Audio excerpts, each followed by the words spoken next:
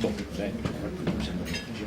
bien, mesdames et messieurs, mes chers amis, je suis extrêmement heureux de vous accueillir ce matin pour notre 3e Café Philo du Saint-Hubert. Vous vous souvenez peut-être, certains d'entre vous, qui deviennent très fidèles d'ailleurs, que nous avions eu un premier Café Philo avec notre ami Laurent Ozon, écologiste, d'ailleurs, pour chasse et écologie. Ensuite, nous avons eu un 2e Café Philo avec la philosophe et notre philosophe et amie Chantal Delsol, qui avait traité du sujet de la prédation et la chasse. Et vous vous souvenez à quel point Chantal Delsol avait insisté sur le chemin qui restait à parcourir aux chasseurs pour faire en sorte que dans une société compassionnelle, comme elle l'écrivait, nous puissions légitimer notre passion. Aujourd'hui, nous allons rester dans un thème assez proche, qui est celui de la chasse, le tragique et la mort, avec le professeur Éric Moulin, et je vais y revenir.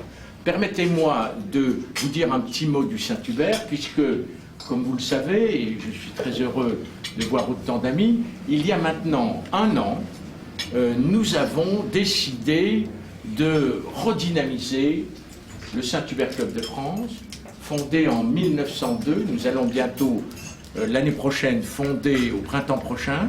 Nous célébrerons les 110 ans du Saint-Hubert et de sa revue, qui est la plus ancienne, une des plus anciennes revues cinégétiques, non seulement en France, mais aussi au monde. Alors il fallait à la fois redynamiser le club, mais disons-le simplement, il fallait sauver le soldat Hubert. Alors où en sommes-nous au bout d'1 an? D'abord au niveau des membres du club, et je remercie tous ceux d'entre vous qui se sont transformés en agents recruteurs. Nous avons multiplié le nombre des membres par 2,5, mais ce n'est pas suffisant, il faut que nous continuions à avancer.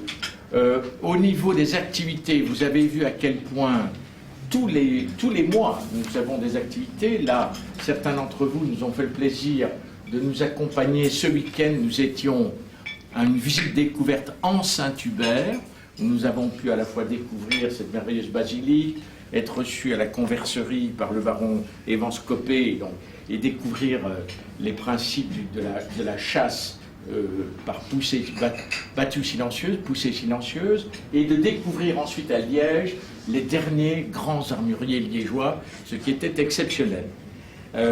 Vous avez vu qu'au niveau de nos activités, donc, nous avons à la fois les cafés philo, nous avons les visites découvertes, et alors, et j'insiste beaucoup, nous relançons les Saint-Hubert régionaux. Et j'ai le plaisir de vous dire que grâce à notre ami Henri de Grossour, nous aurons donc le lancement du Saint-Hubert Club de France à Strasbourg, et vous y êtes cordialement invités, le mardi 24 mai. Ensuite, nous aurons le lancement d'un Saint-Hubert Club à Lyon, donc Rhône-Alpes, le 16 juin. Le 25 juin, là aussi vous serez invités, nous reprenons cette tradition, non pas des banquets républicains, mais des banquets en Saint-Hubert.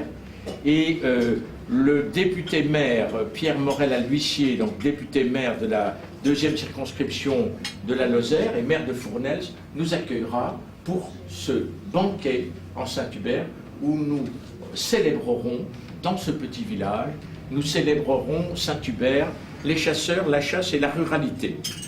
Nous aurons ensuite, nous avons décidé de rajouter un café philo, étant donné certaines perspectives qui se présentent au niveau d'élections. Donc le mercredi 29 juin, nous aurons un café philo, la chasse, 2 points, de droite ou de gauche. Alors nous vous dirons quels sont les intervenants. Ensuite, nous aurons en septembre un café philo des fédérations de chasseurs Pourquoi faire, avec Benoît Chevron, donc le secrétaire général de la Fédération nationale. Et enfin, je dois vous le dire dès à présent, et je le dis en présence d'un éminent sénateur, membre de l'intergroupe chasse au Sénat, le sénateur Beaumont, le président du Sénat, M. Larcher, nous a fait l'honneur, je veux dire, et surtout le signe d'amitié, de nous demander d'organiser un colloque sur le thème global de chasse et ruralité, mais ce sera plutôt usage, chasse, usagers et usage des territoires ruraux. Et le président du Sénat a choisi la date du 3 novembre, la date de la fête de Saint-Hubert, le 3 novembre après-midi, donc nous serons ensemble au Sénat, bien entendu avec la participation technique de l'Office national de la chasse et de la faune sauvage, pour traiter ce sujet important. Alors, voilà, vous le voyez, nous restons en quelque sorte, en innovant, mais nous restons fidèles à la vocation du Saint-Hubert. Je me permets de la rappeler. Le Saint-Hubert, depuis son origine, c'est essentiellement trois choses. C'est l'éclaireur des grands enjeux de la chasse française, c'est le think tank de la chasse française, et aussi un peu européenne d'ailleurs, puisque nous sommes très liés avec le Conseil international de la chasse et de la faune sauvage. C'est ensuite un informateur, un pédagogue, grâce à sa revue. Alors cette revue est en train de reprendre sa place. Ce n'est pas simple, il faut le dire. La revue du Saint-Hubert, qui fut à une époque l'épiphénomène même de la revue de chasse, est en train de reprendre de la vigueur. Là aussi, je vous demande à tous, non seulement de vous abonner, mais de faire abonner. L'abonnement est 36 €. Il est très important que la revue Le Saint-Hubert chasse, ruralité, biodiversité, reprenne toute son importance. Et enfin, donc nous sommes le think tank, nous sommes un propagateur, un promoteur d'idées, mais nous sommes aussi, il ne faut pas l'oublier, un club. Donc les activités du club se développent et nous voulons retrouver aussi cet esprit club. Alors voilà les activités, j'en ai assez dit. Revenons au sujet d'aujourd'hui. Donc nous avons, c'est un sujet extrêmement important. Et je me souviens, lorsque, en 2002, au Conseil économique et social, j'étais chargé d'être le rapporteur sur la chasse, certains, à l'époque, ne voulaient pas aborder le sujet parmi les chasseurs, le sujet de la souffrance et la mort de l'animal. Et je leur disais, mais attendez, on le voit d'après nos différents sondages, c'est le sujet qui est au cœur, parfois, d'une image négative de la chasse. Il faut savoir l'aborder. Et il est en partie dans l'essence même de notre passion. Donc il faut l'aborder, il faut savoir le traiter, il faut que nous ayons des mots, il faut que nous ayons des concepts, il faut que nous ayons une dialectique. Donc nous avons commencé par un sujet un peu proche avec Chantal Delsol. Aujourd'hui, donc, le professeur Moulin nous fait le plaisir de traiter l'aspect la chasse, le tragique et la mort. Alors, Éric Moulin, vous êtes professeur à l'Université de Strasbourg, vous enseignez l'histoire des idées politiques, la théorie politique, le droit international, les relations internationales et les institutions européennes. Vous êtes directeur de l'Institut des hautes études européennes, vous dirigez un master d'études européennes internationales, vous êtes membre du comité de rédaction de la revue Europa, vous êtes vice-président du Forum Carolus dont s'occupe notre ami Henri Grossour, vous avez publié aux presses universitaires de France un ouvrage sur la théorie de l'État, aux éditions Dalloz, La justice constitutionnelle. Donc en un mot, nous sommes extrêmement heureux de vous accueillir et nous sommes extrêmement intéressés par le sujet que vous allez traiter. Comme d'habitude, donc, 3 bons quarts d'heure, ensuite la parole à la salle, et puis, comme d'habitude, je vous l'ai promis, nous nous séparons à partir de 10 h. Voilà, la parole est à vous et je vous remercie. Bien, merci beaucoup Victor Scherer et merci pour votre invitation. Qui m'honore. Je vais parler sur un sujet qui n'est pas familier, c'est-à-dire qui n'est pas dans mes ordres de préoccupation traditionnels, mais qui n'est pas sans rapport, cependant, avec l'histoire des idées politiques, comme j'espère vous le montrer dans un instant. Guillaume, est-ce que vous entendez bien? Oui, est-ce que vous préférez que nous ayons un micro? Je ne sais pas si un micro a été prévu, mais bon. Ou alors sinon, je peux parler un peu le ton. Voilà. Ça simplifiera les choses. Alors, je disais que je voulais commencer par rappeler une anecdote. Guillaume le Conquérant est connu de tous comme étant le grand roi normand qui s'est installé en Angleterre. Il est aussi connu par les chroniqueurs comme étant un grand chasseur, et en particulier un grand chasseur de cerfs. Guillaume le Conquérant avait une passion pour la chasse aux cerfs. Et ce qui est intéressant, c'est que le chroniqueur qui rapporte les exploits de Guillaume le Conquérant, Guillaume de Poitiers, dit de Guillaume le Conquérant qu'il aimait tellement les cerfs qu'il pensait qu'il en était le père. Alors voilà une chose tout à fait étonnante et aujourd'hui quasiment inaudible. Comment ce grand roi qui aimait tant les cerfs pouvait-il prendre plaisir à les chasser? Eh bien, je dirais que la réponse à cette question est en grande partie au cœur du sujet qui nous intéresse aujourd'hui, sur la chasse, le tragique et la mort. Mais pour y parvenir, il va falloir soulever, supprimer, retirer un certain nombre d'obstacles qui se sont progressivement mis entre nous et la chasse, et en particulier entre les non-chasseurs et la représentation de la chasse ou la compréhension de la chasse, mais peut-être aussi entre les chasseurs et la compréhension de la chasse, puisque, comme vous le disiez, certains sujets ne sont pas ou ne sont que très peu abordés, les sujets relatifs à la souffrance animale. Car le problème est bien en effet celui de la souffrance animale. On peut dire qu'aujourd'hui, la compréhension de la signification anthropologique de la chasse est occultée par ce qu'on peut appeler le syndrome de Bambi.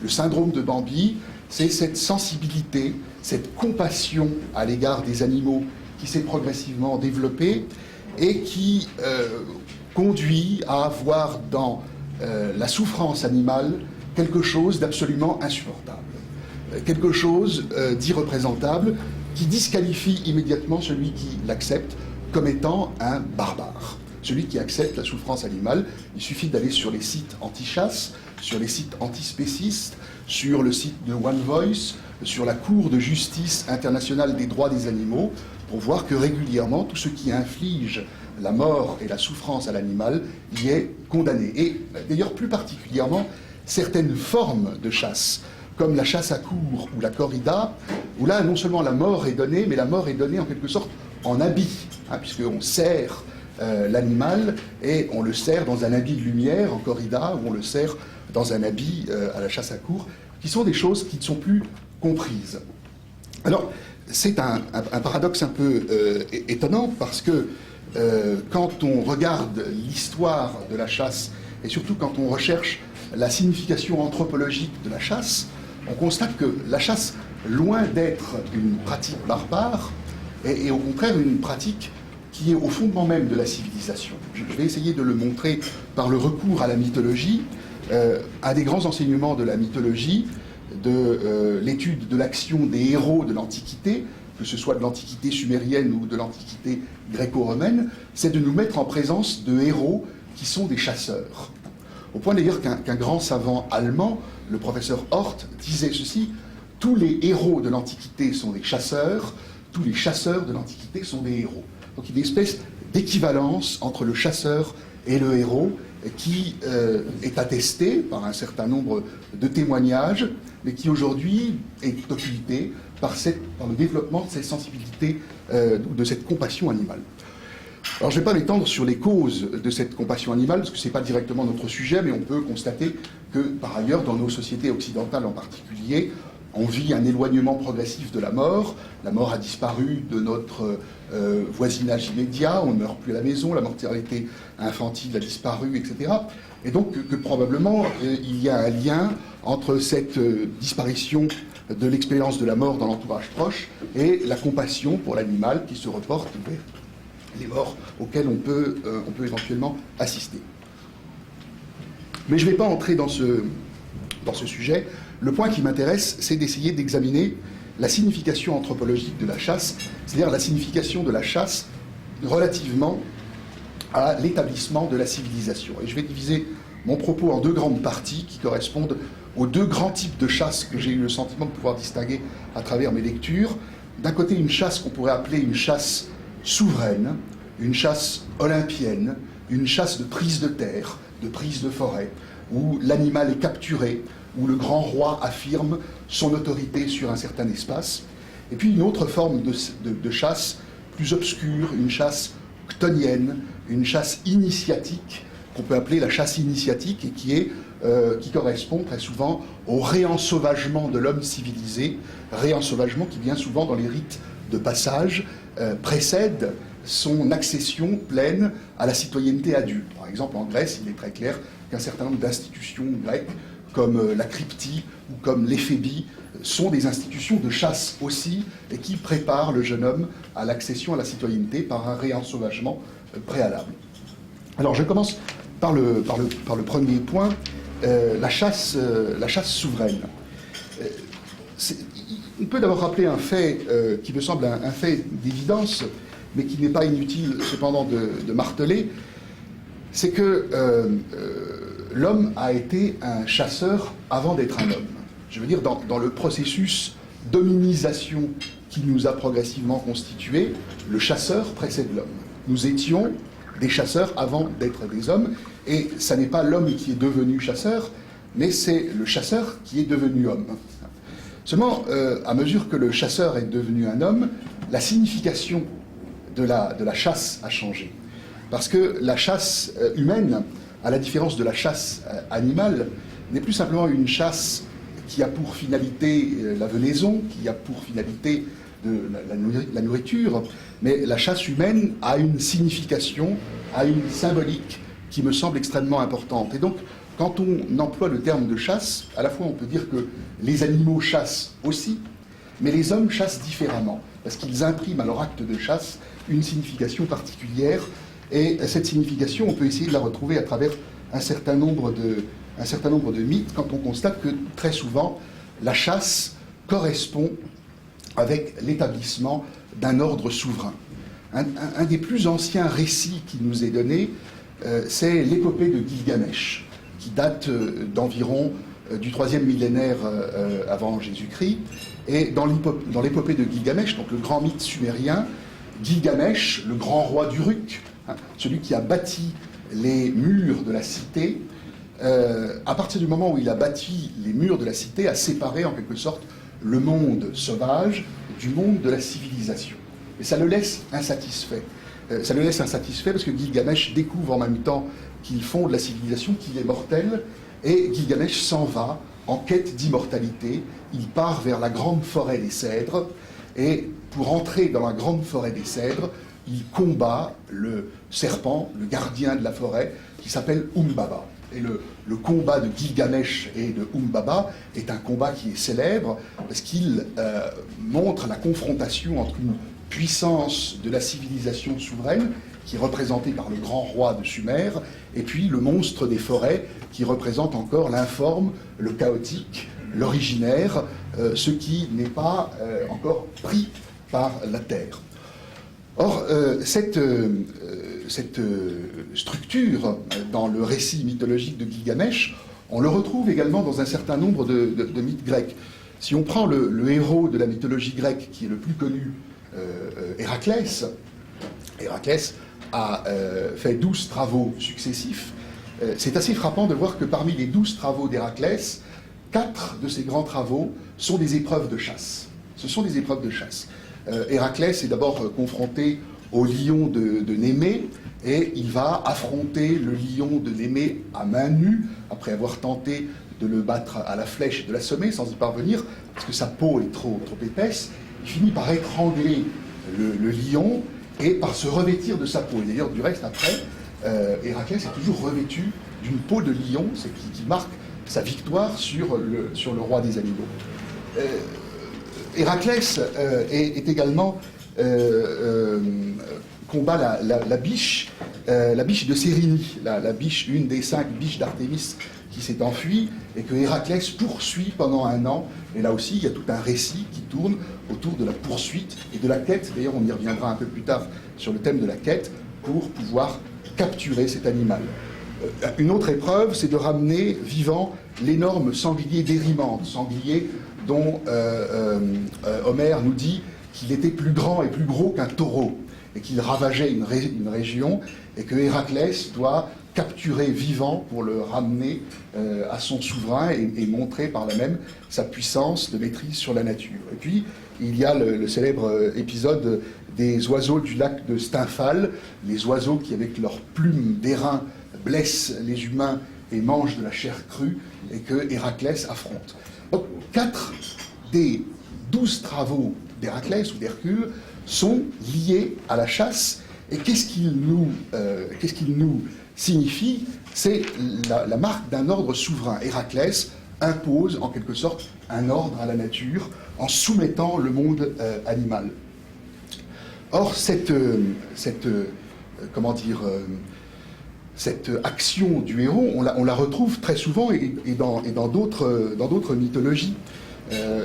Par exemple, dans la mythologie nordique, on sait qu'une des grandes images de la chasse est représentée par les guerriers fauves, qui sont en fait des chasseurs qui reçoivent leur initiation du combat à main nue qu'ils ont pu conduire contre des animaux fabuleux.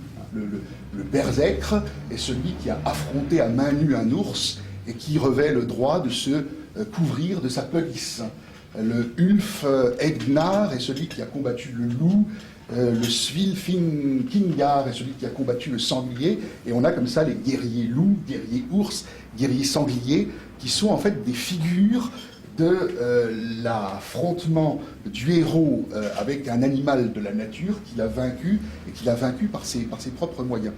On retrouve ça aussi dans la mythologie africaine, des hommes léopards qui se revêtent de la peau de léopard. On retrouve ça aussi dans des récits anciens. J'ai découvert, c'est amusant, puisque nous parlons sous son haut patronage, que Procope lui-même, dans son De Bello Gothorum, dans sa guerre des Goths, rapporte que le peuple Taïfal, un peuple de la Mongolie, reconnaît à ses guerriers le droit d'entrer dans la communauté des combattants à partir du moment où ils ont été en mesure de capturer seuls un ours et de se revêtir de sa pelisse. Donc on voit là qu'il y a des figures où l'exploit héroïque à la chasse est un élément fondateur de la souveraineté, et on va le retrouver en maintes occasions. Au demeurant, quand on passe de l'univers héroïque et mythologique à l'univers historique, on a des récits analogues.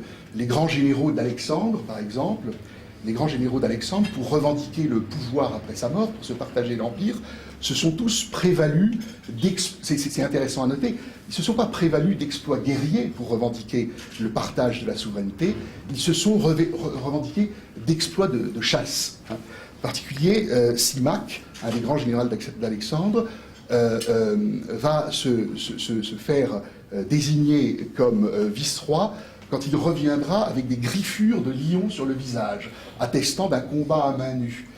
Séleucos, qui fonde donc l'empire des Séleucides, lui aussi revient en ayant soumis un taureau à main nue, un taureau sauvage, bien entendu.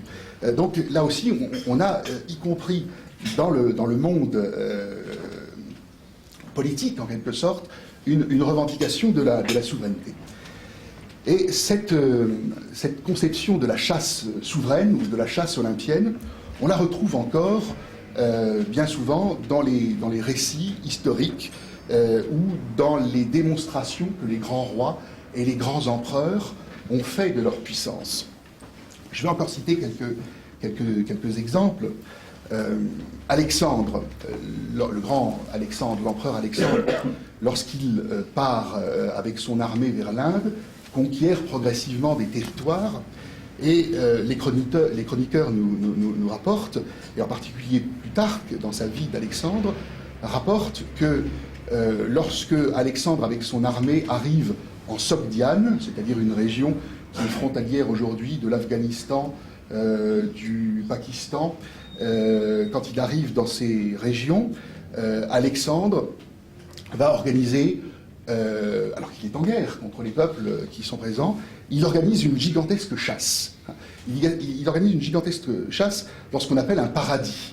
Un paradis, ce qu'on appelle un paradis en Orient, c'est une immense réserve de chasse dans laquelle on n'a pas chassé depuis 3 ou 4 générations, et qui, en général, est dans une forêt qui est enclose par un élément naturel, un fleuve, un lac, etc., et qu'on livre tout d'un coup à la chasse. Et dans cette célèbre chasse d'Alexandre, 4000 fauves sont capturés en 2 jours par une gigantesque battue avec un tableau de chasse phénoménal. 4000 fauves, est-il réel et est-il mythique? Toujours est-il que la prise de terre ici du grand souverain est attestée par sa présence dans la forêt, par la soumission des fauves, par la manière dont il nettoie la forêt, dont il s'empare. Donc là, je trouve que c'est un exemple tout à fait intéressant. Et quand on s'intéresse effectivement à ces aspects des choses, on voit que c'est finalement une pratique assez fréquente. Les rois, ou du moins de nombreux rois, ont fait inscrire sur leurs dédicaces, sur leurs monuments aux morts, leurs exploits synégétiques.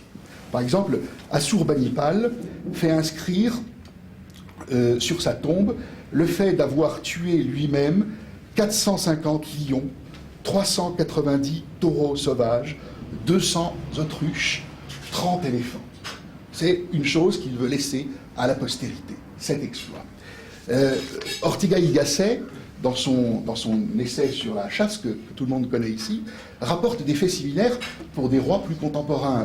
Par exemple, Philippe V d'Espagne avait abattu en 30 ans, et aimait le faire savoir, 400 loups, 600 capridés, 150 sangliers. Henri IV d'Espagne se vantait, lui, d'avoir abattu 3000 bêtes durant sa vie, etc. Et donc, il y a une chose qui est très importante dans cette chasse souveraine, c'est souvent aussi le nombre parfois gigantesque d'animaux. Au demeurant, d'ailleurs, ce type de chasse a connu ensuite des évolutions. Par exemple, sous l'Empire romain, à mesure que l'Empire va s'accroître, la chasse va s'intérioriser pour devenir progressivement un spectacle. Et les jeux du cirque, ce qu'on appelait les venaciones, sont des formes de chasse spectacularisées, où des mini-paradis sont créés dans l'enceinte des cirques, et où des animaux sont abattus, et là encore se rejoue toujours ce même exploit des chasseurs. Ici, c'est un exploit sans doute plus relatif, mais ce qui est important, c'est d'en voir la signification. L'homme éprouve le besoin toujours de montrer qu'il soumet la nature. Lors de la victoire de Trajan sur les Daces, c'est 12 000 animaux qui sont sacrifiés dans le cirque au cours de Venationes. C'est quelque chose qui, pour nous, est incompréhensible, évidemment, ces spectacles, parce que ce sont des corridas multipliées par 1000, et déjà que la corrida fait l'objet de toutes les condamnations, on peut imaginer ce qu'aujourd'hui la reconstitution de telles pratiques soulèverait comme protestation. Et cependant, elles ont existé, et on ne les comprend plus parce qu'on n'en comprend pas la signification politique.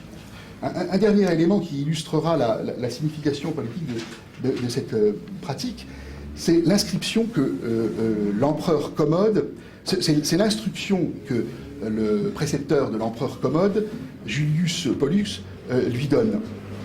Julius Pollux, dans son instruction à l'empereur Commode, lui dit ceci: « Et maintenant, il faut t'intéresser à la chasse, parce que cette activité a quelque chose d'héroïque et de royal. Elle fortifie en même temps le corps et l'âme, car elle est un exercice d'endurance en temps de paix et de hardiesse en temps de guerre. Elle développe le corps, l'habitue à être robuste, à pied comme à cheval, impérieux et résistant, si l'on veut s'emparer par force de ce qui résiste, par rapidité de ce qui fuit, par la chevauchée de ce qui détale, par le savoir de ce qui est intelligent, par la réflexion de ce qui est sage, par la patience de ce qui est caché.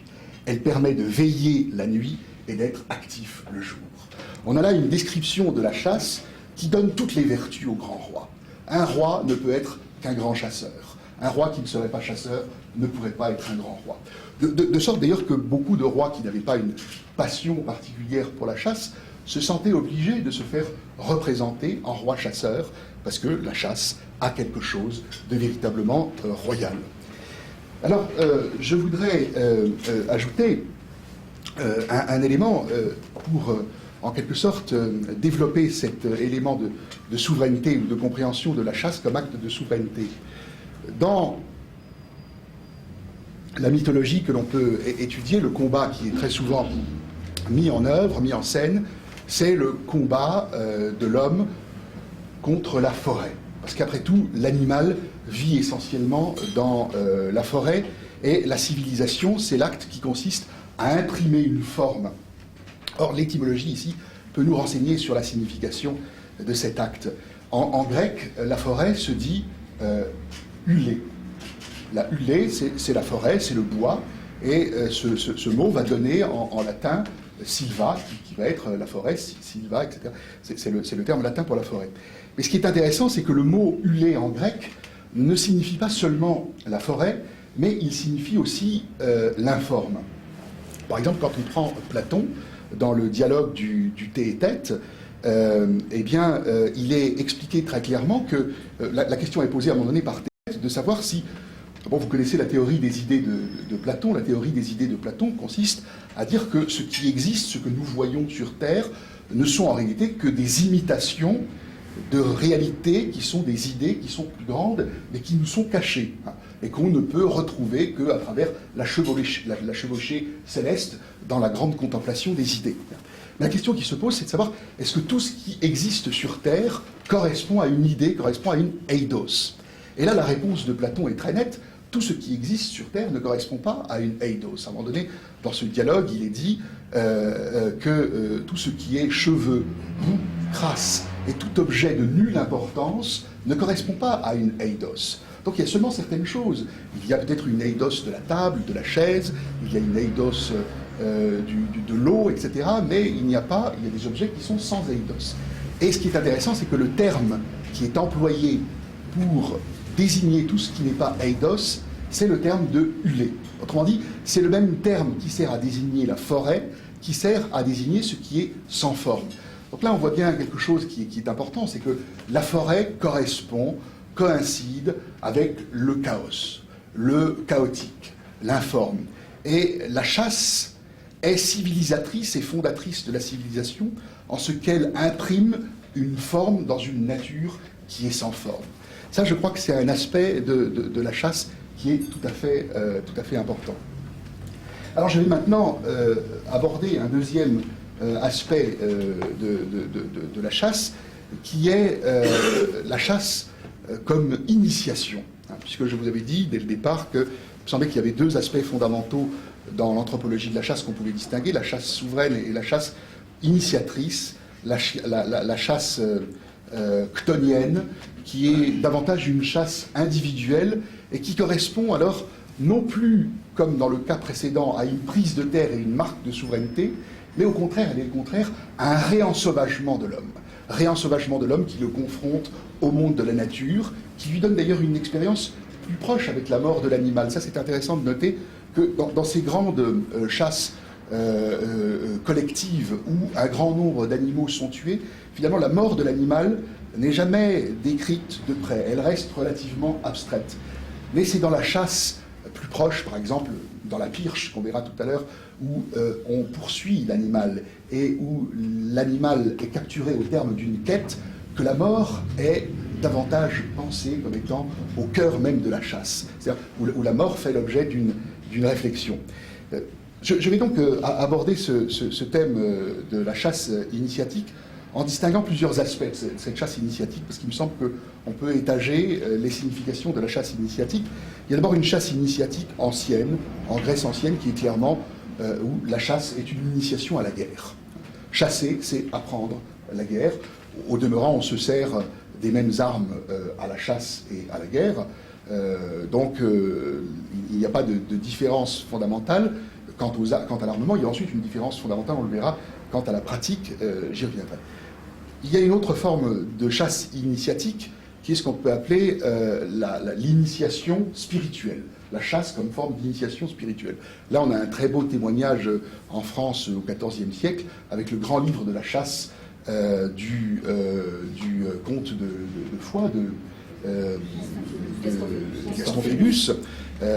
J'y reviendrai tout à l'heure. Et puis enfin, une forme de chasse particulière qui est plutôt la chasse germanique, mais qu'on rencontre en Alsace, qui est la pirche et qui elle aussi a une signification qui me semble importante. Alors je commence tout d'abord par la chasse et la guerre. Il existait en Grèce ancienne des institutions assez particulières qui sont décrites du reste par Aristote et par Platon, qui sont d'une part l'éphébi. Aristote décrit longuement l'éphébi dans la constitution des Athéniens, et d'autre part la cryptie à Sparte, qui est décrite par Platon dans les lois. Et ces deux institutions sont des institutions de l'âge intermédiaire.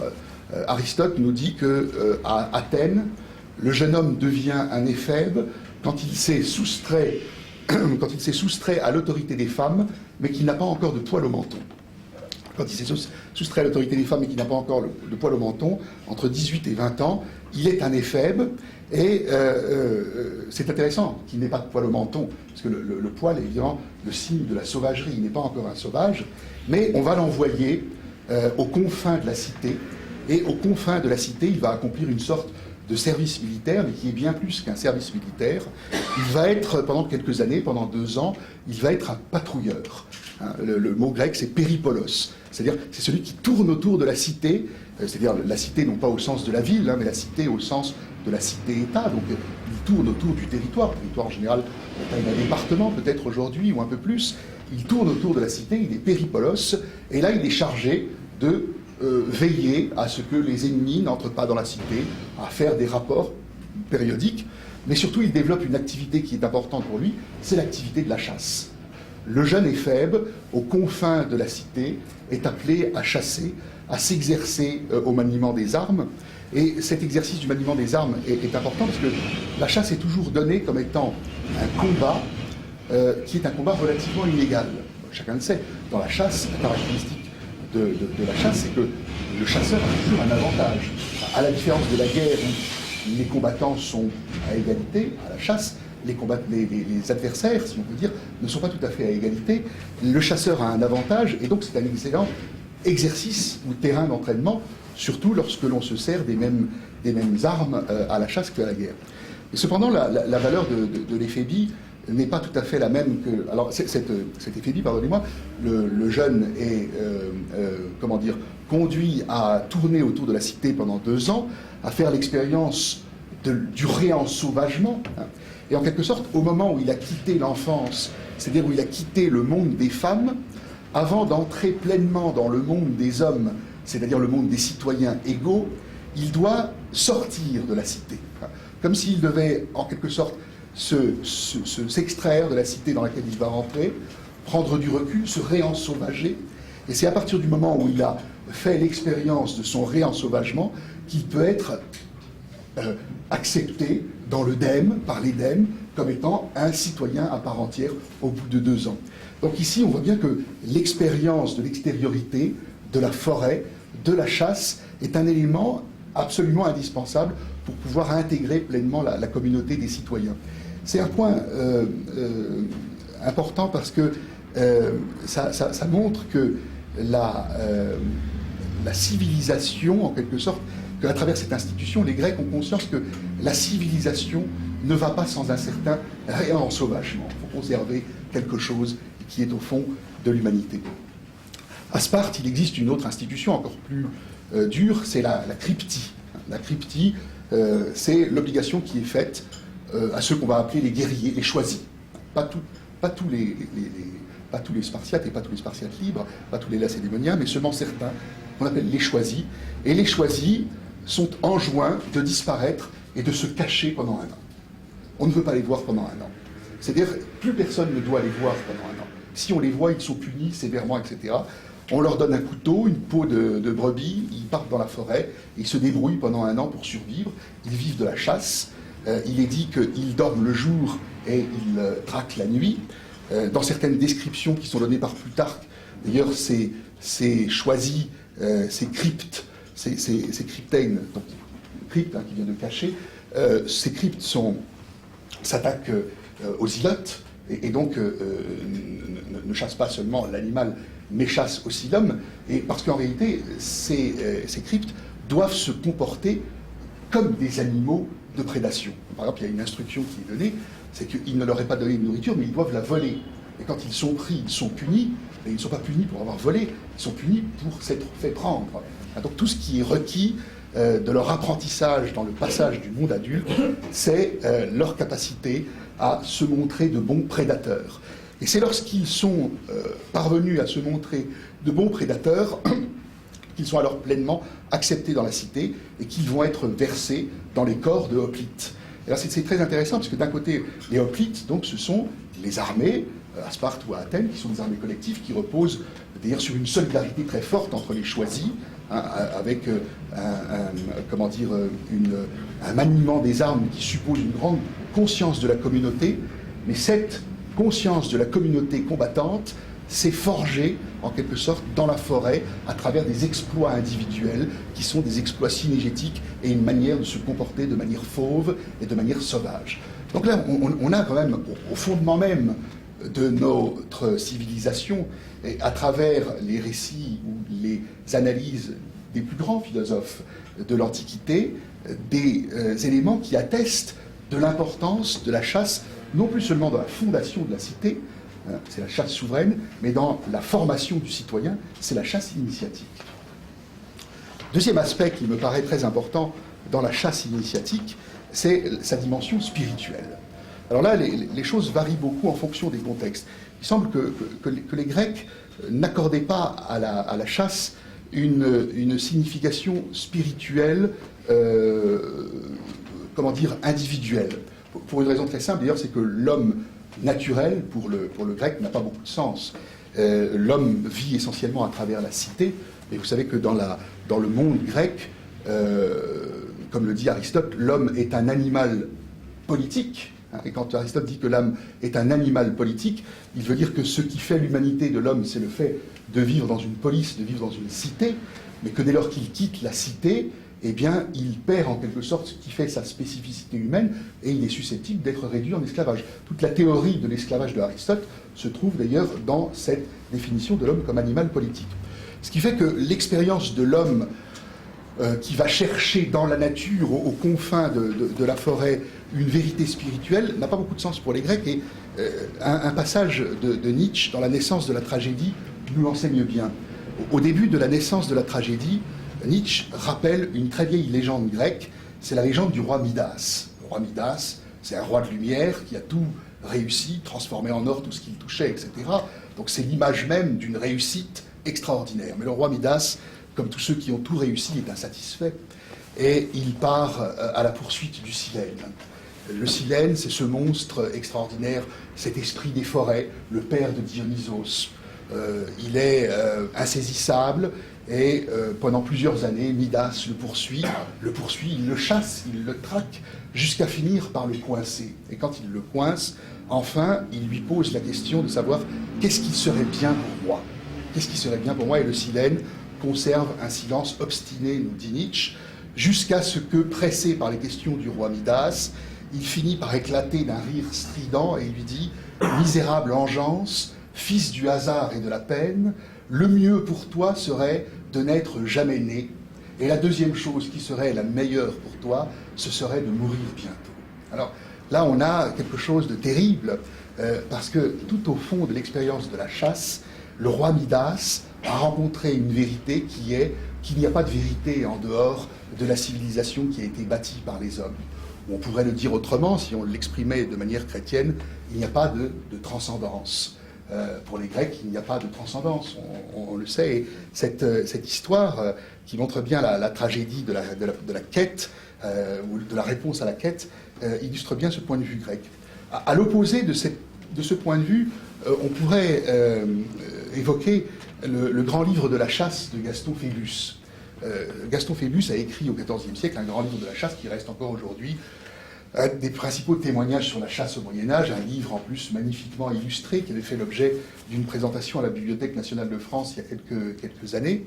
Et ce qui est intéressant, c'est de comprendre pourquoi Gaston Phébus écrit le grand livre de la chasse. Parce que la volonté de Gaston Phébus, c'est pas seulement de témoigner de la chasse, mais c'est aussi de dire que la chasse correspond à une quête, et cette quête, dit-il, c'est la recherche de Dieu. Pour Gaston Phébus, la chasse est un exercice rédempteur qui est fondé sur l'idée que la poursuite du cerf, c'est la recherche de Dieu. La poursuite du cerf, c'est la recherche de Dieu. La capture du cerf, c'est c'est la rencontre avec Dieu. Et Gaston Phébus pousse très loin cet élément, puisque pour lui, finalement, le mal, c'est de rester inactif. Le seigneur dans son château, qui ne fait rien, la oisiveté est mère de tous les vices. Mais celui qui va se fatiguer tous les jours à la chasse, qui poursuit la créature du Seigneur, et qui la trouve et qui la rencontre, lui, eh bien, en quelque sorte, trouve la voie qui le conduit à Dieu. Et Gaston Phébus n'hésite pas même jusqu'à dire que tous les hommes devraient devenir chasseurs, parce que en chassant, ils trouveront Dieu et ils trouveront le salut. Donc là, la chasse est associée à une image du salut, ce qui veut dire que le fait de donner la mort, de capturer à un moment donné le cerf, est une image salvatrice. Aujourd'hui, évidemment, est-ce que cette image est encore compréhensible? Je n'en suis pas sûr, mais c'est pourtant un des grands ouvrages, un des grands témoignages de la chasse occidentale qu'il ne faut pas oublier pour pouvoir, en quelque sorte, nous mettre en distance par rapport au point de vue qui est aujourd'hui martelé et qui me semble occulter les richesses de notre tradition synégétique. Troisième élément que je voudrais aborder pour les minutes qui me restent, c'est un mode de chasse qui est le mode de chasse germanique, à savoir la pirche. Vous le savez, on oppose souvent la tradition synégétique française qui est construite autour du principe de la battue, de la chasse collective, et puis une chasse qui a un caractère plus individuel, qui est la pirche et qui est une chasse de tradition allemande. Or, il se trouve que la frontière n'est pas exactement une frontière entre les États, mais c'est une frontière géographique qui passe en Alsace, puisque quand on va dans les Vosges, eh bien, le versant est des Vosges est marqué par le droit germanique de la chasse, et notamment la valorisation de la pirche, tandis que le versant ouest est marqué par les pratiques françaises de la chasse, et plutôt la chasse de battue. Et ça se traduit d'ailleurs par le fait que, si mes connaissances sont exactes, il y a une différence fondamentale, entre autres, entre le droit on va dire français et le droit germanique de la chasse, c'est que dans le droit germanique de la chasse, le cerf ne peut pas être chassé en battue. On n'a pas le droit de tirer un cerf en battue. Un cerf ne se tire pas en battue. Un cerf, en tout cas dans les deux lois qui régissent la chasse dans le Bas-Rhin et dans le Haut-Rhin, le cerf ne peut pas être tiré en battue. Et cette chasse s'est imposée, et très souvent dans les discours est présentée, ça c'est un point que Bertrand L., dans son grand ouvrage Le sang noir, montre très bien, la pirche est présentée comme étant la chasse noble par excellence, la chasse chevaleresque, celle qui respecte les codes de la chasse, celle qui est Jagdlichkeit, qui est conforme à l'esprit de la chasse. Historiquement, il y a eu des tentatives pour introduire, par exemple, la chasse à courre en Allemagne et même en Alsace. En Alsace, il y a des territoires qui se prêtent bien à la chasse à courre, autour de Sélestat ou de Haguenau, il y a des grandes forêts. Frédéric II avait essayé d'introduire le modèle français de la chasse, mais ça n'a jamais pris, parce que ça ne correspondait pas à l'image ou à la représentation de la chasse qui se fait en Allemagne. Et peut-être d'ailleurs aussi, il y a ici un élément qui est lié à la structure de l'État. En France, la chasse souveraine correspond bien finalement à la dimension régalienne de l'État, centralisé, soucieux de cette attribut de souveraineté, tandis que l'Allemagne extrêmement décentralisée, faisant davantage place à la baronnie locale, etc., est plus sensible à une chasse qui préserve les libertés locales. Peut-être qu'on peut établir un lien. Toujours est-il que la chasse à courre n'a jamais pris dans le monde germanique, tandis qu'au contraire, elle est célébrée tandis que la pirche est célébrée dans le monde germanique. Et cette chasse nous met alors ici dans un rapport avec la mort qui est très particulier. Notamment dans la chasse au cerf, il existe des traditions comme le Weihnachtsheil, c'est-à-dire le salut au chasseur qui, après avoir abattu un beau cerf, eh bien, lui donne la dernière brisée, trempe la branche dans la blessure de l'animal, la dépose sur le chapeau du chasseur, etc. Dans certaines régions d'Europe centrale, en Hongrie par exemple, on va même plus loin, puisque lorsque le chasseur a un trophée exceptionnel, on lui verse un verre de sang cru sur la tête. Donc en quelque sorte, on loin avec le sang de l'animal, qui est le roi de la forêt, pour montrer en quelque sorte que eh bien, le chasseur est parvenu à ses fins, à capturer la proie. Mais dans la pirche, l'élément intéressant, c'est que cette quête se fait à travers une éthique de la rareté. Finalement, la bête, l'animal, le cerf est poursuivi pendant de nombreux jours, il est choisi, il est tiré après maintes hésitations, observations. Et ce qui est assez curieux, c'est le respect qui entoure la mort de l'animal. Par exemple, au moment où il est vidé, où on fait attention, en le vidant, de ne pas verser d'urine sur son corps quand on retire certaines parties. Ou bien certains chasseurs, même, ça c'est un témoignage que donne Bertrand L., refusent de passer en marchant devant la bête. Donc il y a là un respect qui finalement nous relie avec ce que je disais au départ et nous permet peut-être de comprendre cette formule de Guillaume de Poitiers. Il aimait les cerfs comme s'il était leur père. J'ai le sentiment que dans la Pirche, on retrouve une proximité avec l'animal, un respect, et où la mort de l'animal n'est pas vécue comme étant une chose cruelle ou même triste, mais simplement quelque chose de tragique, c'est-à-dire le reflet de la condition humaine, et la méditation sur la mort accompagne bien souvent le parcours du chasseur. Cette brève description serait incomplète si, cependant, on ne corrigeait pas cette impression, cette présentation peut-être excessivement optimiste de la chasse, d'un autre aspect qui est souligné, c'est que aussi la chasse représente un danger pour celui qui s'y adonne. Et chacun connaît, les chasseurs connaissent bien ceux de leurs collègues qui progressivement sont pris d'une telle passion pour la chasse qu'ils disparaissent. En Alsace, au moment du brame, d'après un témoignage qui est toujours donné par Bertrand Hay, qui avait fait une étude anthropologique sur la chasse aux cerfs en Alsace du Nord, certaines femmes de chasseurs disent volontiers qu'elles sont veuves durant la période du brame. Elles sont veuves durant la période du brame. C'est pas qu'elles sont délaissées, hein. Quand elles disent qu'elles sont veuves, elles veulent dire qu'elles n'ont plus de relation avec leur mari.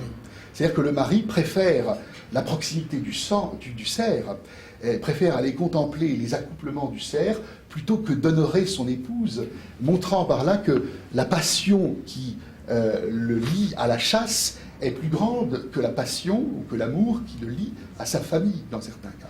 Et Bertrand Hay, dans un ouvrage extraordinaire qui s'appelle Le sang noir, a bien décrit ce qu'il appelle précisément le sang noir, c'est-à-dire cette manière dont le chasseur peut, à un moment donné, s'enflammer pour la chasse jusqu'à s'y perdre, mais jusqu'à s'y perdre, abandonnant toute vie sociale, s'enfonçant progressivement dans un réensauvagement qui va l'éloigner de la civilisation et qui va le conduire à se comporter comme une bête. Au demeurant, au Moyen-Âge, on a des témoignages sur ces disparitions de chasseurs à travers ce qu'on appelait les grandes ménies hennequins. La ménie hennequin, au Moyen-Âge, c'est la représentation qu'on se fait très souvent de gigantesques cortèges de chasse qui sont conduits par le dieu de la chasse Cernunnos, le vieux dieu celte à bois, et qui sont des sortes de grandes processions nocturnes dans le ciel où des chasseurs sont enlevés par une procession diabolique qui les conduit au plus loin dans la forêt. Et ceux qui sont enlevés par ces processions diaboliques conduites par Cernunnos, on ne les revoit jamais, ils disparaissent à jamais. C'est toujours une hantise, en quelque sorte, d'une reprise de l'empire du monde de la forêt, de l'empire de l'informe sur la cité, sur ce qui a été établi, sur ce qui a été construit. Donc je pense qu'à travers ces différents exemples, on voit bien la richesse du thème de la chasse, le fait que la chasse n'est évidemment pas seulement un loisir ou un sport. Ortega y Gasset, dans son ouvrage, qualifie toujours la chasse de sport, mais ça me laisse assez insatisfait. La chasse n'est pas un sport, mais quand on s'intéresse à la signification anthropologique de la chasse, on voit au contraire qu'elle est un des éléments qui caractérise le passage de la nature à la culture, la distinction de la nature à la culture. Voilà, je vais m'arrêter ici. Merci.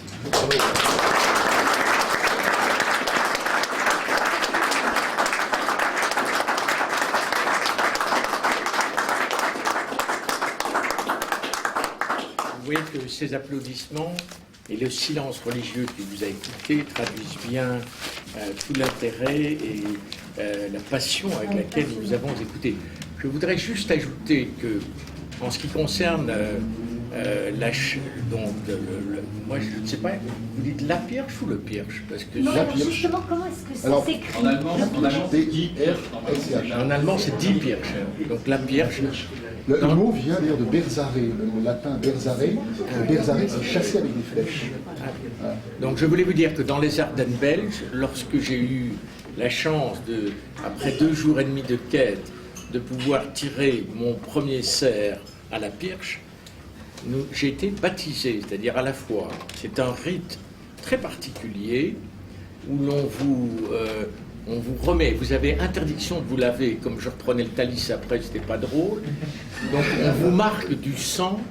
Ensuite, avec la crosse du fusil, vous êtes obligé de mettre vos mains sur le cerf, si possible, vraiment bien, et on vous frappe avec la crosse du fusil. Et on vous frappe en faisant plusieurs invocations. C'est absolument étonnant. Et à quel point donc les traditions sont restées. Je parle ici, les Ardennes belges ont beaucoup subi l'influence, donc subissent l'influence allemande. Donc c'est très important de le savoir. C'est très important de savoir aussi que c'est le berceau de Saint-Hubert. Et comme vous le dites, Saint-Hubert est par excellence la quête du cerf, puisque c'est un vendredi saint où il est le seul à partir chasser quand même, malgré toutes les objurgations, les interdictions. Et le paradoxe, c'est que par le cerf crucifère, il trouve sa voie, mais il abandonne la chasse. Donc vous voyez qu'il y a un double paradoxe assez étonnant que nous avons découvert. Alors que chez Gaston Phébus, au contraire. Voilà. Bon, vous voyez, on pourrait en dire tellement, mais maintenant, je m'arrête. Les questions devant cette passionnante, ce paysage passionnant de la chasse.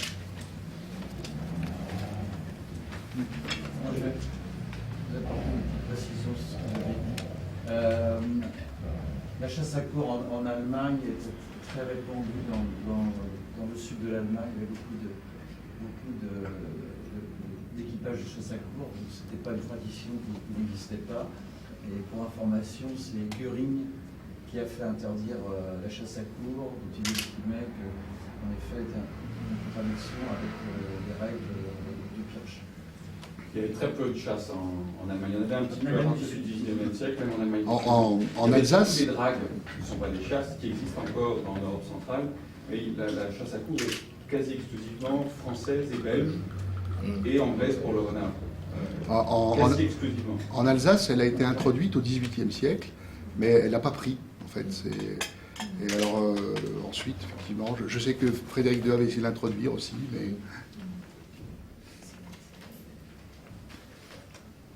J'ai une question qui serait presque qui doit répondre, enfin demander une conférence à elle seule comme réponse, qui était implicite dans l'ensemble du propos, sur la chasse et cette conception, ce que tu as mis en valeur, en faire sortir cette conception tragique, héroïque, initiatique, souveraine, qui d'une certaine manière s'oppose quasi totalement à la modernité et aux valeurs de la modernité, l'humanisme, l'égalitarisme, l'individualisme.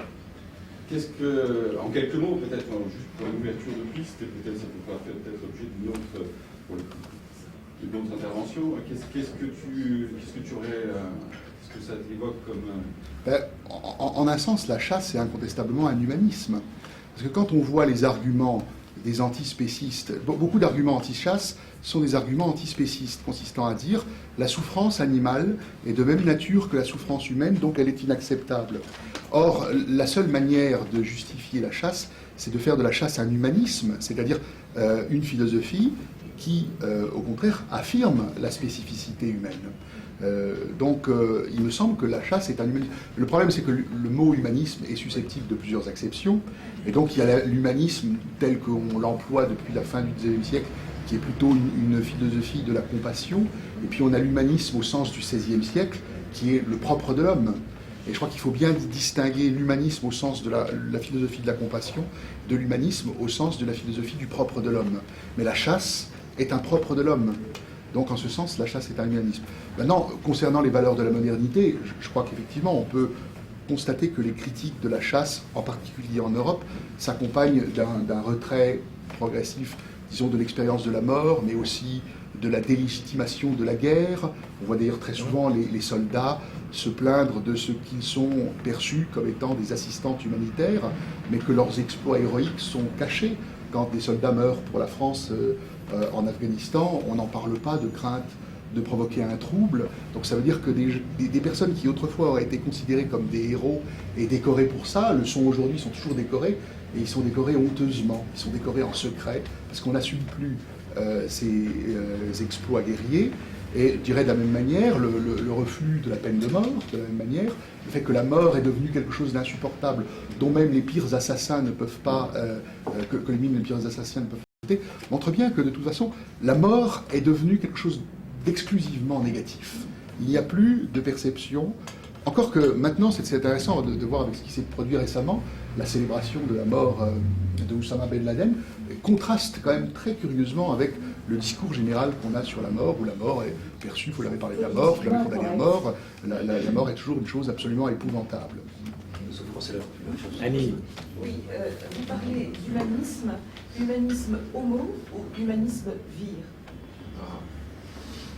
Oui, alors, mais bon, c'est humanisme au sens de l'homme générique ou de l'homme masculin. Voilà. Et évidemment, la chasse a toujours été une pratique masculine. La souveraineté, quand elle nous vient de la Grèce, est masculine. Les femmes ne sont pas d'ailleurs du côté, en Grèce ancienne, les femmes ne sont pas du côté de la police, elles sont du côté de l'oikos, c'est-à-dire de la maison, du domestique. Et les femmes sont reléguées à la vie domestique étant d'ailleurs proche par certains aspects de la vie sauvage, puisqu'il s'agit d'allaiter les enfants, de s'occuper de la marmite, de toutes les choses subalternes, et seuls les choisis, parmi les hommes, pas tous les hommes d'ailleurs, pas tous les vires, seulement certains accèdent à une dimension sociale, civique. Et est-ce que vous avez la même vision dans d'autres civilisations que la civilisation gréco-romaine? J'ai regardé un peu. Les femmes sont reléguées de la même manière dans les autres civilisations indiennes ou autres? Alors, l'exception que je connais, mais je ne connais pas suffisamment. Il semble que dans certains récits scandinaves, il y a aussi des femmes qui soient des femmes guerrières et qui soient des femmes chasseresses. En revanche, quand on va dans les civilisations africaines, là, les sociétés secrètes de chasse, etc., sont exclusivement des sociétés masculines. Laurent Hausson. Oui, j'imagine que lorsque tu abordais la question, lorsque tu évoquais l'humanisme, tu n'évoquais pas ce qui a été décrit comme un processus précisément historique de débestialisation en quelque sorte de l'espèce humaine, processus d'ailleurs que d'aucuns, dont certains pensent qu'il a échoué historiquement aujourd'hui en quelque sorte avec l'achèvement de la modernité. Simplement une petite précision là-dessus. Par ailleurs, dans ce livre que tu évoquais de Bertrand L, Le sang noir, il y a tout un aspect aussi intéressant. Bien sûr, tu ne pouvais pas traiter aujourd'hui, ta conférence était d'une densité déjà remarquable, et c'était incroyable, c'était très intéressant. C'était aussi cet aspect de l'aliment, de manger, mettre le monde à l'intérieur de soi, et donc ce passage en quelque sorte à l'informe, mais ce passage au foris, parce que la forêt c'est aussi étymologiquement l'extérieur, l'informe et l'extérieur. Ce passage s'accompagne aussi de la consommation de certains aliments de certaines façons en quelque sorte. Effectivement, il y a le cru, le sang que tu as évoqué, et cette transformation du chasseur qui va s'éloigner en quelque sorte de la vie civile, qui va s'éloigner de l'ordre en place dans la cité, en quelque sorte, va s'accompagner aussi d'une transformation de son aspect physique, mais évidemment aussi d'une transformation de sa nourriture, de son hygiène de vie, et de la façon dont il va catégoriser en quelque sorte ce qui peut constituer ou non un aliment pour lui. C'est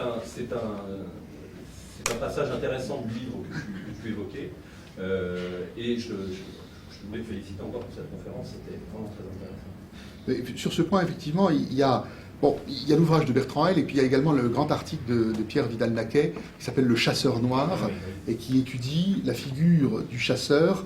C'est l'effet qui échoue au moment où il doit être réinséré dans la cité, et qui reste dans la vie sauvage, et qui s'éloigne progressivement jusqu'à devenir une bête féroce.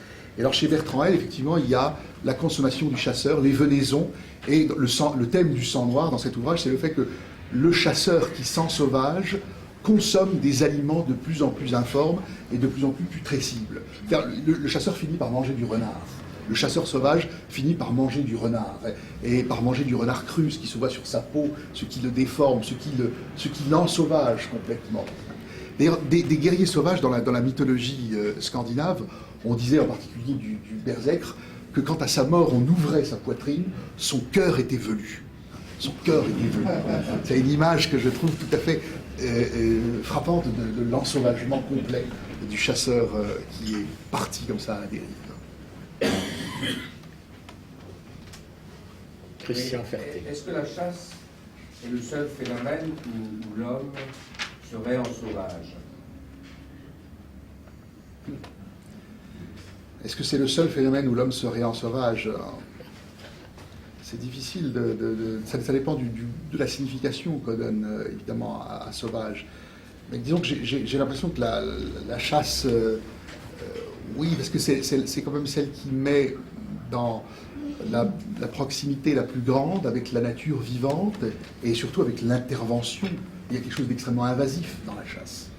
Je veux dire, d'ailleurs, quand on voit l'histoire de la Méditerranée qui était couverte de forêts au début de l'époque romaine et qui a été progressivement déforestée, on voit à quel point la chasse, la pratique de la chasse, s'est accompagnée de la déforestation et comment l'extension de l'Empire a été extrêmement invasive. Donc je pense que, effectivement, la chasse est la principale forme de réensauvagement. Donc vous êtes d'accord avec un de nos amis qui a écrit un livre qui s'appelle « La chasse, le dernier refuge du sauvage ». Peut-être, oui. Mais c'est le titre d'un colloque du CIC. Oui. Ah oui? C'est un ouvrage collectif, La chasse, dernier refuge du sauvage, voilà, qui a été tenu il y a Et je ne connais pas 3 cet ans. ouvrage. Et il est disponible. Il est disponible. Est-ce que nous pouvons continuer, si vous permettez? Chantal Delsol, le message de Chantal Delsol a été le suivant. Vous les chasseurs, ne croyez pas que vous allez vous en tirer vis-à-vis de la société pour relégitimer la chasse, simplement en parlant de régulation, etc., etc. Vous avez 2 obstacles majeurs. Premier obstacle majeur, nous sommes dans une société qu'on pourrait appeler postmoderne, où l'homme n'est plus le roi de la création. C'est-à-dire le fameux passage de la Genèse est remis en question, et en effet, la différence entre l'espèce humaine et les autres espèces est remise en cause. Voilà ce qu'est numéro 2. Non seulement vous donnez la mort, mais vous donnez la mort avec violence et avec plaisir. Or, ceci est totalement contradictoire, à la fois donner la mort, violence et plaisir, dans une société totalement compassionnelle. Et nous le voyons tous les jours, c'est, Monterland dirait, de la bouillie pour chat compassionnelle. Alors, vous voyez, comment allons-nous faire?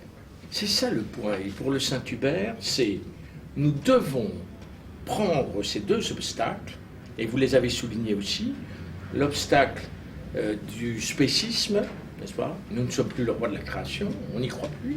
Et d'autre part, l'obstacle de oui, nous tuons, oui, la chasse est violente, elle est violente, et d'une certaine manière, reconnaissons-le, il y a une partie de plaisir, même si ce plaisir est parfois un plaisir de l'ordre animal tristé post-coitum. Je l'ai éprouvé, vous l'éprouvez tous, surtout lorsque, en effet, à la pirche, on a tué l'animal que l'on voudrait voir immédiatement ressurgir. Comment faire?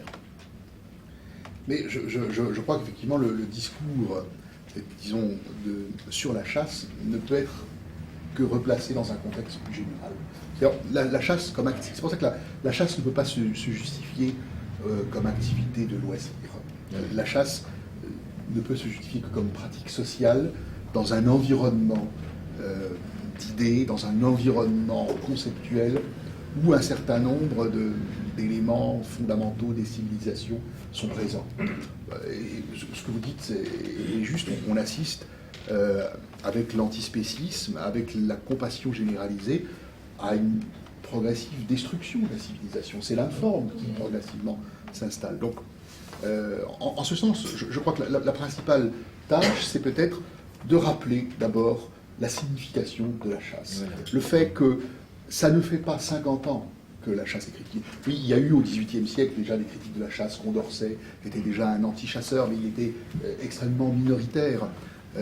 Mais la compassion animale, c'est quelque chose qui est né après 1945, principalement, et qui s'est développé surtout dans les années 70. C'est-à-dire, il faut reconnaître une chose, ce qui a le plus contribué au mouvement antispéciste et de compassion animale, c'est-à-dire pas la chasse, ce sont les expériences animales qui sont faites sur les animaux. C'est par exemple, vous vous souvenez peut-être du célèbre le lapin Révélon, hein, le lapin qui avait été à un moment donné affiché partout sur c'est le lapin Révélon parce qu'on se servait de lapin pour tester des mascara pour les femmes et qu'on testait sur des yeux de lapin pour voir si ça leur piquait pas les yeux. Alors, une société de défense de la nature s'était emparée de ça et avait affiché des lapins rêvelons avec des yeux crevés partout. C'était évidemment épouvantable et ça fait un tort considérable à toutes les pratiques de la chasse, alors que c'est étranger à la chasse. Monsieur. Moi, pour rejoindre en fait, la question que vous avez posée, j'avais l'impression en fait, qu'il avait déjà répondu d'une certaine manière. C'était que pour moi, pour qu'il y ait possiblement l'émergence de nouvelles civilisations, il faut de la femme. Et donc, voilà. Ça veut dire que s'il n'y a plus d'infâme, s'il n'y a plus de chasse, on est dans une civilisation unidirectionnelle. C'est comme s'il y a un retour possible à la nature, il y a une régénérescence possible, et donc il peut y avoir poursuivre une nouvelle civilisation. Moi, je comprends les choses comme ça. Et en effet, si je vous comprends bien, c'est-à-dire qu'il y a une aspiration un peu paradoxale d'un retour vers une conception de la nature. Et on le sent dans le colloque que nous allons préparer au Sénat. N'oubliez pas que c'est la chasse, et heureusement le Saint-Hubert le dit bien, la chasse est liée à la ruralité, elle est liée à la forêt. Il y a de très beaux livres d'ailleurs actuellement sur la forêt, et le prochain numéro du Saint-Hubert qui paraît vendredi va traiter le couple forestier-chasseur. Et je dois avouer là-bas que c'est un sujet sur lequel certains d'entre vous m'en avaient convaincu. Nous devons réfléchir parce que l'horizon du forestier, c'est 30 ans. L'horizon du chasseur, c'est la prochaine saison, c'est 2 ou 3 ans. Et peut-être certains d'entre nous, dont moi, n'avaient pas pris suffisamment en considération le fait que, entre autres, le développement, la dynamique des populations de cerfs peuvent entraîner, dans certains cas, une disparition d'une forêt pour 30 ans. Vous voyez, enfin bon, je dis ça en passant parce que c'est important. Donc, ce que nous devons faire actuellement, c'est, je crois que nous avons une très grande chance, au moment où il y a retour vers des espaces naturels où les usagers non appropriatifs, et, les randonneurs, etc., et les usagers appropriatifs, c'est-à-dire les forestiers, les chasseurs, etc., nous allons être obligés de nous entendre sur des espaces naturels qui sont en voie de régression. Nous perdons, d'après ce que j'ai entendu l'autre jour à l'Assemblée nationale, nous perdons tous les 3 ans l'équivalent, alors certains disent, pardon, tous les 4 ans ou tous les 10 ans, l'équivalent d'un département français en territoires ruraux. Alors comment allons-nous faire? Et c'est là où le chasseur peut commencer à se positionner comme, non seulement régulateur, mais comme gestionnaire, mais comme aussi s'inscrivant dans une tradition de gestion des espaces ruraux. Ce sera donc le thème du colloque au Sénat le 3 novembre. Oui, Eric, je pensais à toi en tant que chasseur et forestier. Je pense au bon, justement, le rapport entre la chasse et la forêt, qui est tout à fait essentiel et qui est un terrain où justement nous sommes en position de force. Quand nous discutons avec les anti-chasses, les compassionnels, qui considèrent effectivement que l'homme est un animal comme les autres et que sa spécificité n'est pas légitime. Mais là où nous marquons des points, où ils sont désarçonnés, c'est quand même quand nous rappelons l'origine de la forêt. La forêt, c'est le sauvage, c'est l'autre. Mais sans chasse, sans les chasses royales, il n'y aurait pas de forêt. Qu'est-ce que c'était qu'une forêt? C'était un territoire mis à part, justement réservé pour la chasse et sans lequel la forêt aurait été défrichée. Donc ça, c'est un argument qui porte. Aujourd'hui, nous sommes ultra minoritaires. La pratique de la chasse est minoritaire, mais elle est minoritaire aussi dans le soutien qu'elle a dans les populations. Par contre, quand on discute, on a des discussions assez fortes avec les anti-chasses, il y a une chose qu'ils nous reconnaissent et dans laquelle ils nous reconnaissent une légitimité, c'est justement dans notre protection des territoires. C'est grâce à nous qu'il reste un territoire lui aussi minoritaire, mais dont ils ont besoin.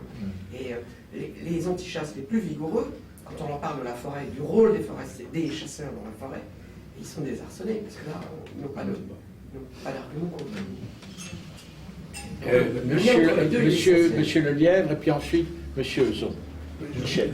Il y a ruralité et ruralité à mon sens, il y a une ruralité artificielle qui est malheureusement l'agriculture moderne. Et il y a la ruralité vraiment naturelle et qui est justement la conjonction, la rencontre des forestiers et du monde de la chasse, l'un étant gardien de la flore et l'autre de la faune naturelle, de la faune sauvage. Et je crois que dans ce monde qui se veut écologique, où cette tendance au vrai, au bio, à l'écologie sans racines, eh bien je crois que justement la chasse, les chasseurs et les forestiers ont un grand rôle justement dans cette direction de gardien de la faune et de gardien de la flore. On a trop dit, et je suis désolé si je choque les agriculteurs, mais on a trop dit que les gardiens ou les géants de la ruralité, du monde rural étaient les agriculteurs. Malheureusement, le nombre d'espèces qui disparaissent chaque année montre que heureusement qu'il y a des gérants de propriété, des forestiers et des chasseurs. C'est pour ça qu'il faut arrêter, et ce sera le message que je vous demande tous de relayer, il faut casser la spirale vicieuse et dangereuse du conflit qui s'est développé, qui atteint un paroxysme entre chasseurs et forestiers. Comme je me suis permis de le dire dans notre éditorial, nous sommes tous les fils de la forêt. Ne l'oublions jamais. Et vous avez cité Nietzsche, mais Heidegger a un ouvrage extraordinaire qui s'appelle, un ouvrage philosophique, Holzwege, et le mot Holz, c'est celui du grec forêt, mais c'est à la fois le bois que l'on extrait dans la forêt, mais c'est en même temps la forêt elle-même. Donc nous devons reconnaître aux forestiers le droit d'avoir une gestion durable de la forêt en prenant le bois, et nous avons une gestion durable de la faune en prenant la faune. Mais les deux sont absolument liés. Mais c'est bon. Ce qui est intéressant, c'est que le Holzweg a été traduit en français par les chemins qui ne mènent nulle part. Et c'est une chose étonnante. Les chemins qui ne mènent nulle part. Les chemins de la forêt qui ne mènent nulle part. C'est un très beau livre parce que quand on a enlevé le tas de bois, le chemin ne mène plus nulle part.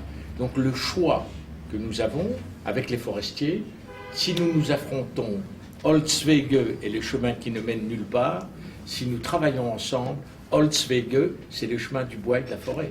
Vous voyez ? Bon, Laurent.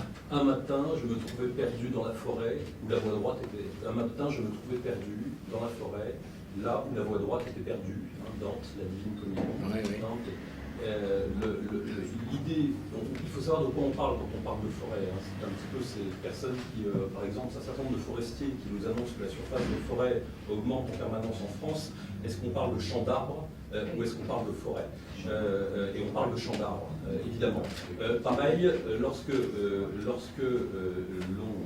parle des critiques des écologistes à l'égard de la chasse, elles ne se font que rarement au nom d'un discours qui est un discours de l'homme qui serait un animal comme les autres. Elles se font au contraire au nom d'une sorte d'humano-humanisme, c'est-à-dire d'une version, d'une idéologie aberrante, perception donc de l'égalitarisme et en quelque sorte de surhumanisme, enfin pas de surhumanisme au sens de surhumain, mais d'hyperhumanisme en quelque sorte, qui vise précisément à considérer que l'homme, n'étant pas du tout, effectivement, étant bien au-dessus de la condition animale, ce qui est une approche totalement différente, ne doit pas s'abaisser à se comporter comme un animal, c'est-à-dire chasser, par exemple.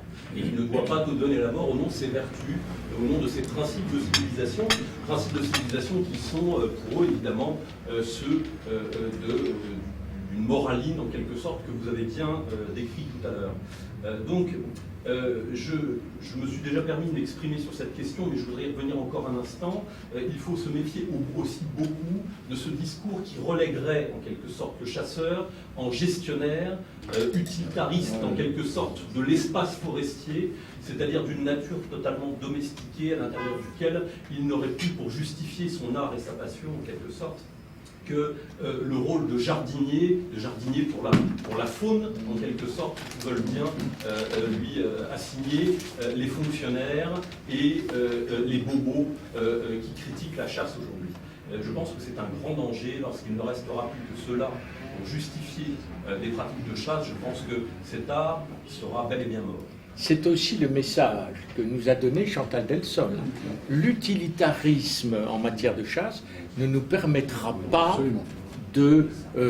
en quelque sorte, de franchir ces deux grands obstacles, spécisme et société hyper compassionnelle. Le spécisme est un égalitarisme.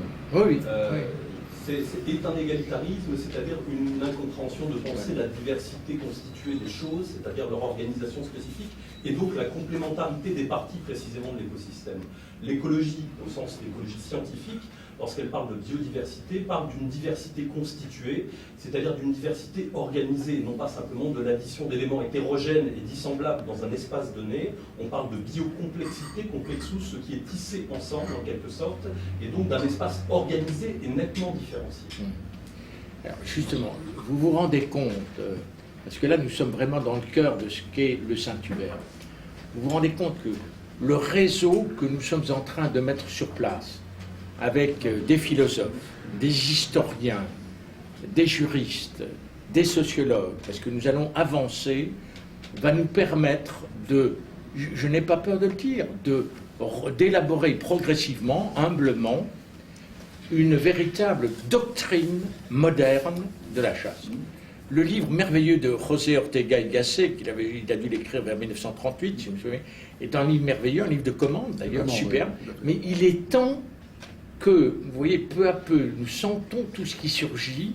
Aujourd'hui, par exemple, et je vous demanderai que nous puissions faire une longue, dans ce prochain Saint-Hubert, une longue recension, nous avons senti à quel point, par l'histoire même, la chasse, si je me permets, fait l'homme. Par l'histoire même, n'est-ce pas ? La chasse, c'est l'homme.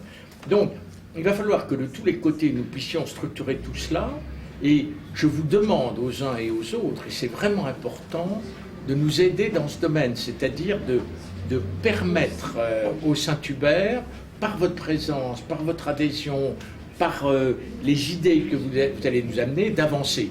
Je vous annonce que nous relançons donc, et j'insiste, dès maintenant, les Saint-Hubert de métier.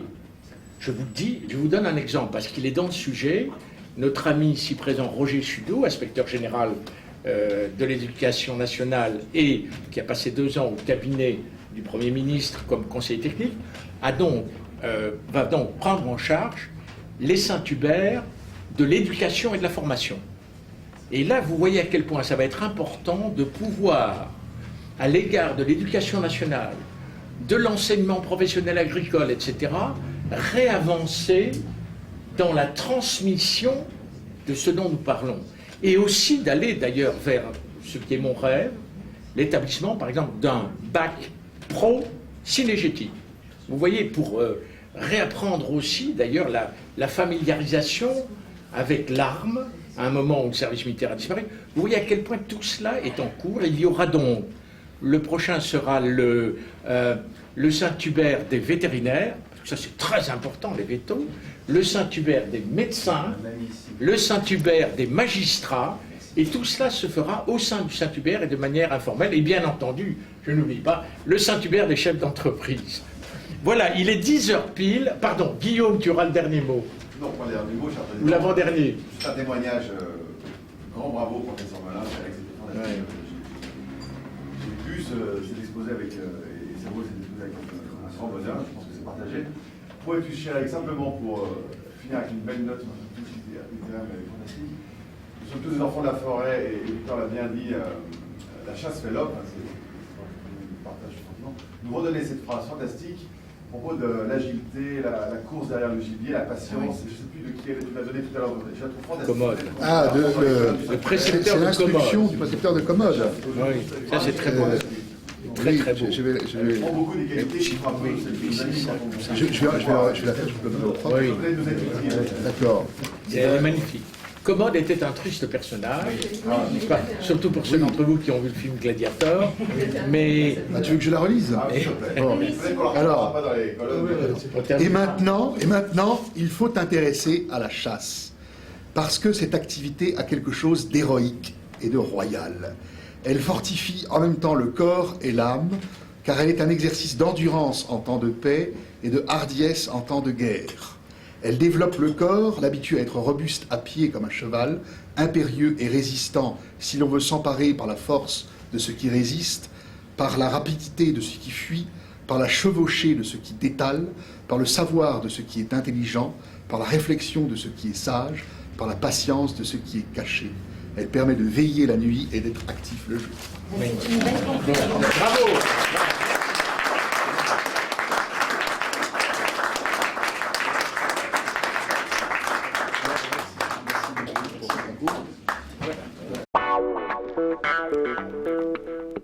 Merci.